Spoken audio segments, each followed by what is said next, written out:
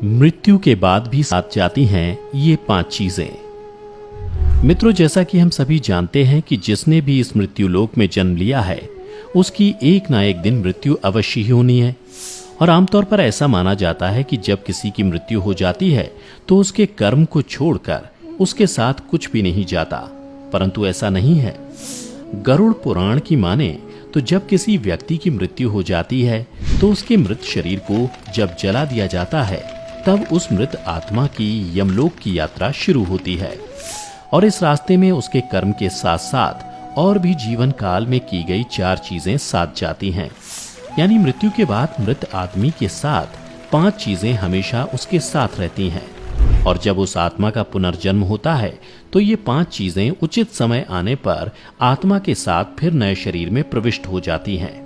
तो चलिए जानते हैं कि वो 5 चीजें क्या हैं जो मृत्यु के बाद भी इंसान का पीछा नहीं छोड़ती।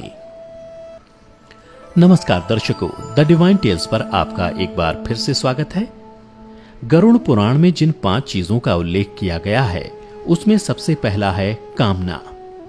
कामना गरुड़ पुराण की माने तो पुनर्जन्म के समय कामना मनुष्य और दूसरे जीवों को फिर से नए शरीर को धारण करने में सहयोग करती है। कामना के अनुसार ही मनुष्य को नए शरीर की प्राप्ति होती है। अर्थात मृत्यु के समय मनुष्य जिन जिन चीजों की कामना करता है उसके साथ मृत्यु के बाद भी चली जाती हैं और उसी कामना की पूर्ति हेतु उस मृत आत्मा को फिर से किसी न किसी शरीर का रूप लेकर लौटना पड़ता है। इसलिए गरुड़ पुराण में कहा गया है कि मृत्यु करीब आने पर सब चीजों की इच्छा त्याग करके केवल ब्रह्म अर्थात परमेश्वर का ध्यान करना चाहिए। अगर कामना लिए चले गए तो फिर नए शरीर में लौटना पड़ेगा। कामना के बाद जो चीजें मनुष्य के साथ जाती हैं वह है वासना। गरुड़ पुराण का मानना है कि कामना वासना का ही साथी है। वासना एक ऐसी चीज है जिसका कोई अंत नहीं है। मृत्यु शैया पर भी मृत आत्मा वासना से मुक्त नहीं हो पाती है। अब सवाल उठता है कि वासना क्या है। तो मित्रों, आपको बता दूं कि सांसारिक सुख की चाहत ही वासना है, जबकि ज्यादातर लोग वासना को केवल शारीरिक इच्छा की पूर्ति मात्र समझते हैं, लेकिन ऐसा नहीं है। गरुड़ पुराण के अनुसार जो मनुष्य मरते समय भी अपने जीवन साथी, बच्चों, परिवारजनों के बारे में सोचता रहता है, साथ ही उनसे मिलने वाले सुख दुख को सोचता रहता है और अधूरी चाहतों को लेकर छटपटाता रहता है, इसी छटपटाहट में उसके प्राण निकल जाते हैं। गरुड़ पुराण में इससे जुड़ी एक कथा का भी वर्णन किया गया है, जिसके अनुसार राजा भारत की चाहत एक प्यारे हिरण के बच्चे में थी। उसे सोचते हुए राजा के प्राण निकल गए, जिसके परिणाम स्वरूप अगले जन्म में राजा भरत को स्वयं हिरण के रूप में जन्म लेना पड़ा। इसलिए कामना और वासना को मृत्यु के करीब आने पर मन पर हावी नहीं होने देना चाहिए, नहीं तो मृत्यु के समय आप जो भी चीज की इच्छा लिए प्राण त्यागते हैं, अगला जन्म उसी योनि में होना निश्चित है। वासना के बाद जो चीजें मृत्यु के बाद भी इंसान के साथ बनी रहती हैं, वह है उसके द्वारा जीवन भर किए जाने वाला कर्म। गरुड़ पुराण का मानना है कि मनुष्य जीवन भर कर्म करता है, चाहे वह कर्म अच्छा हो या बुरा हो, वह मृत्यु के बाद उसके साथ सदैव बना हुआ रहता है। गीता में भी कहा गया है कि कोई भी मनुष्य बिना कर्म किए एक पल भी नहीं रह सकता। मृत्यु करीब आने पर आत्मा शरीर द्वारा किए गए कर्मों की स्मृति को समेट लेती है। ये कर्म ही मनुष्य को परलोक में सुख और दुख देते हैं और इन्हीं के परिणाम से अगले जन्म में अच्छा बुरा फल प्राप्त होता है। श्री कृष्ण की माने तो कर्म की गति तो ऐसी है कि 7 जन्मों तक पीछा नहीं छोड़ती है, जिसका सबसे अच्छा उदाहरण महाभारत में मिलता है।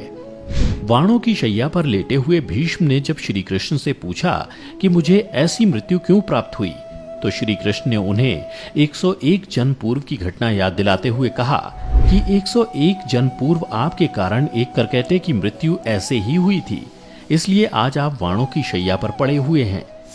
इसलिए मनुष्य को चाहिए कि वह जीवन में अच्छे कर्म करे, ताकि उसे दूसरे जन्म में उसके कर्मों का अच्छा फल मिल सके।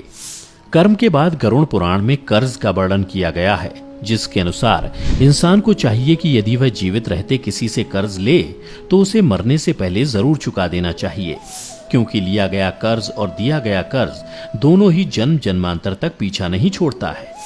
गरुड़ पुराण में बताया गया है कि कर्ज लेकर मरने पर कर्जदाता जब परलोक में आता है तो अपना कर्ज का धन वापस मांगता है उस समय यम के दूत कर्ज लेकर मरने वाले का मांस काटकर कर्जदाता को देता है, लेकिन कर्ज का बोझ यही नहीं उतरता। अगले जन्म में भी कर्ज पीछा करता है और उसे किसी न किसी रूप में चुकाना पड़ता है।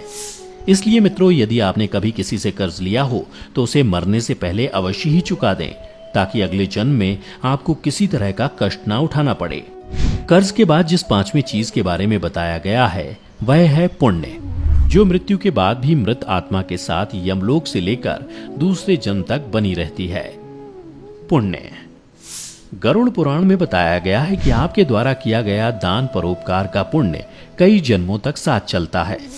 जीवन में जब कोई अपरिचित आपकी गरुड़ मदद करे तो ये समझ लीजिए कि वह आपके पूर्व जन्म का पुण्य चुका गया है। शास्त्रों में दान पुण्य को बैंक में रखे धन की तरह कहा गया है, जो बुरे वक्त में समय समय पर काम आता है।